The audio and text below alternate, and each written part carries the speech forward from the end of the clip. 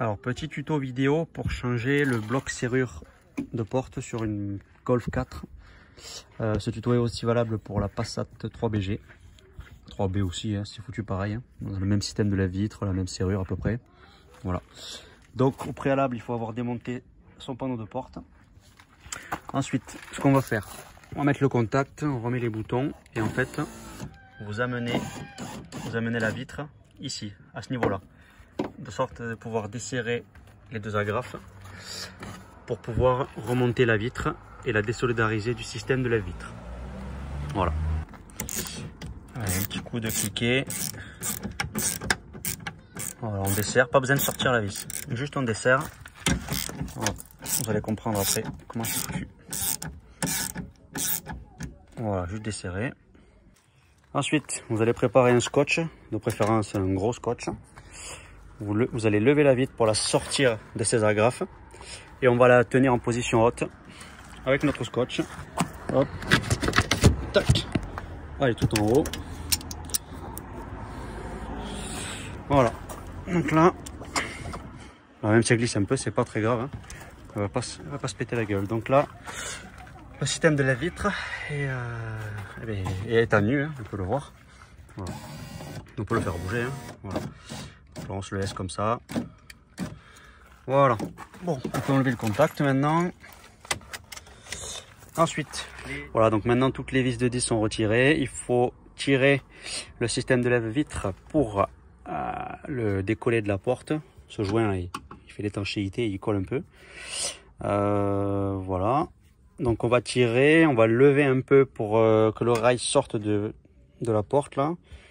Tirer un peu en arrière et ressortir comme ça. Et une fois qu'il sera un peu pendant, on est gêné par ce faisceau là. Parce que bon, si on voulait vraiment faire dans les règles, il faudrait aller défaire la prise à l'intérieur, ici. Sortir le câble de la portière et on pourrait enlever tout le système de lève-vitre. Mais bon, il n'y a pas besoin. Ça marche très bien comme ça. Et ensuite, à l'intérieur, il faudra aller débrancher la prise de la serrure. C'est parti. Je disais, ensuite, maintenant, on enlève toutes les vis de 10 qui tiennent le système de lève-vitre et tout ça. Voilà, donc on peut laisser le haut-parleur. Le moteur de lève-vitre va venir avec le système de lève-vitre. Tout vient ensemble. Donc c'est parti. Voilà, donc le système de lève-vitre est sorti. Bon, pour avoir plus de place, plus de mou, j'ai dû débrancher le moteur et le haut-parleur. On va laisser le câblage comme ça. Donc là, on a un bel accès à la serrure. On va la déconnecter maintenant. Voilà, on a le petit connecteur là. Tac, et là, normalement, si je tire. Voilà. Allez, on laisse ça par terre. Donc maintenant, pour aller choper la serrure, c'est tout ce bloc qu'on va changer. Il va falloir dévisser ces deux vis. Mais avant ça, il faut d'abord sortir le barillet. Le barillet, c'est comme ça sur toutes les Golf. On va enlever ce petit cache. Pas envie de trop l'abîmer. Voilà. On lève ce petit cache et à l'intérieur, il y a une vis. Est-ce qu'on la voit? Il y a une vis avec une empreinte étoile. Donc cette vis, il va falloir la dévisser. Quand on la dévisse, ici en fait, on a une demi-lune. Une demi-lune qui va faire comme ça là, enfin comme ça ou comme ça, je sais plus. Et ça va nous permettre de sortir toute la serrure. Vous allez le voir en direct live. Attention, toutefois, il ne faudra pas trop dévisser la vis afin d'éviter que tout le système à l'intérieur tombe et que ce soit chiant à remettre. Je vais vous montrer. Allez, c'est reparti. Donc là, bon, moi j'ai pris du 20, étoile de 20. On va se mettre dedans. On desserre doucement et en fait plus on desserre et on pourra plus actionner la poignée, elle va être bloquée. Ok, c'est parti, maintenant on desserre. Donc on déverrouille le mécanisme du barillet et en fait à un moment la poignée sera bloquée et c'est là qu'il faudra arrêter de desserrer. Je vous conseille de faire avec vos deux mains. Moi je tiens le téléphone donc ça va pas être possible. Hop. Là, on sent que ça commence à toucher derrière.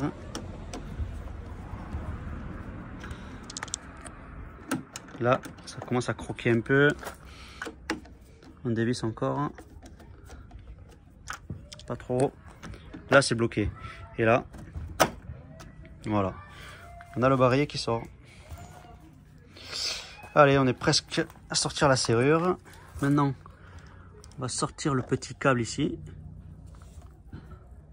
Et voilà, vous voyez comment c'est fait. Clac. Alors on sort le petit câble. On le met derrière. Ok, il ne nous reste plus qu'à sortir ces deux vis et la serrure est par terre. Allez, là. Et là. Bon. Tac. La serrure est là. Voilà, donc pour rappel, le problème avec les serrures, c'est quoi? Vous avez deux types de défauts, soit l'un, soit l'autre, soit les deux. Ce qui se passe, c'est que le capteur d'ouverture, donc le micro switch qui se trouve ici, ne détecte pas l'ouverture de la porte. Ce qui fait que quand vous ouvrez la portière de la voiture, quand vous la déverrouillez à la centralisation ou à la clé, quand vous ouvrez la portière, la voiture ne voit pas qu'elle s'ouvre, le plafonnier ne s'allume pas, la lumière du bas de porte ne s'allume pas. Et il se peut que c'est sûr, c'est ce qui va arriver, la voiture se reverrouille au bout de je sais pas combien de secondes. Donc dans ce cas-là, il faut surtout pas laisser les clés à l'intérieur, sinon vous allez les enfermer. Et la deuxième chose qui se passe, c'est que le mécanisme de verrouillage, de centralisation peut déconner. Donc soit la portière se ferme plus, soit dans le pire des cas, elle reste verrouillée, fermée. Vous pouvez plus ouvrir la porte. Et là, c'est une autre misère. Ça m'est jamais arrivé, mais bon. C'est pour ça qu'il vaut mieux changer cette serrure en temps voulu. Voilà. Donc nous voici à l'établi. Donc la vieille, la nouvelle. Pour ma part, je ne prends que des Febi. Alors du moins pour ces pièces-là, pour ces serrures, j'ai confiance. J'en ai monté plein. J'ai jamais été de nouveau embêté. Donc moi je vous conseille celles-ci. Elles sont pas plus chères qu'une autre. 35 € sur Autodoc. Voilà. Faites juste attention, si vous avez la centralisation à distance ou pas, c'est peut-être pas les mêmes serrures. Donc vérifiez bien votre numéro de pièce d'origine, soit sur ETK, soit sur la serrure quelque part. Je sais pas où c'est gravé. Ouais, je vous avoue là, je sais pas où c'est gravé. Au mieux à vérifier sur ETK. Ouais, ça n'a pas l'air d'être... C'est bizarre, normalement les numéros de pièces d'origine ils sont gravés. Bon, toujours est-il que moi j'ai fait avec le TK et au moins j'ai la bonne serrure, je suis certain. Donc là, il nous faut récupérer ce loquet. La tige là, on la sort ici.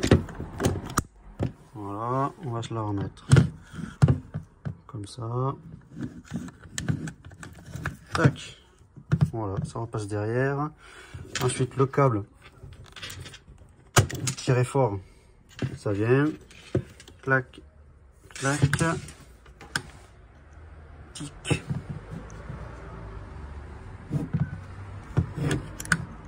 Tic.